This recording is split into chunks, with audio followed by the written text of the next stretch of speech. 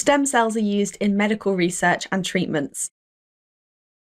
Embryonic stem cells may potentially be more useful than adult stem cells due to their ability to differentiate into any type of cell. Remember that embryonic stem cells can be made to differentiate into most different types of human cell, but adult stem cells are limited. So how can we go about collecting these useful embryonic stem cells?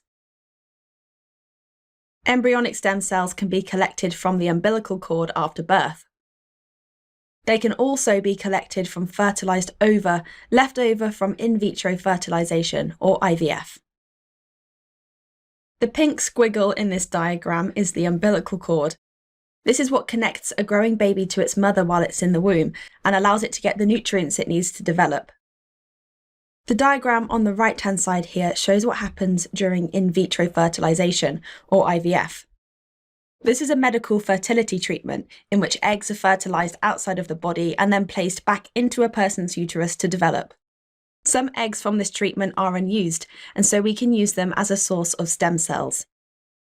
Now that we know how we can collect these stem cells, let's have a look at the conditions they might be able to treat. Treatment with stem cells may be able to help conditions such as paralysis. So we start off with an undifferentiated stem cell like this one. What we can do is trigger this to differentiate into a new nerve cell. These nerve cells can then be implanted into the damaged tissue, for example, into a damaged brain or a severed spinal cord. The aim of this is to restore neural pathways, which should eventually help to reverse paralysis. This is a pretty cool example of stem cell treatments, but it's not the only one. Can you think of something else that stem cells could be used for? Stem cell treatments may be able to replace insulin-producing cells in the pancreas to treat diabetes.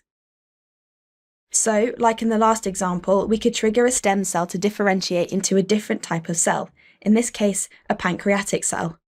These new pancreatic cells can then be implanted into the pancreas of somebody that has diabetes.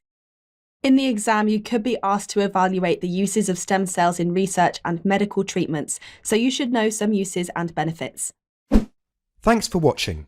If you want to take your GCSE revision to the next level, head over to launchpadlearning.com and check out our smart learning platform that's been designed to get you top results in your exams. We cover your whole specification and make revision fun with interactive quizzes, easy to follow videos and more. You'll be kept motivated by your own AI tutor who's here to support you every step of the way. To check it out for yourself, click here. Or click here to keep watching a selection of the videos from our full GCSE Biology course. See you there!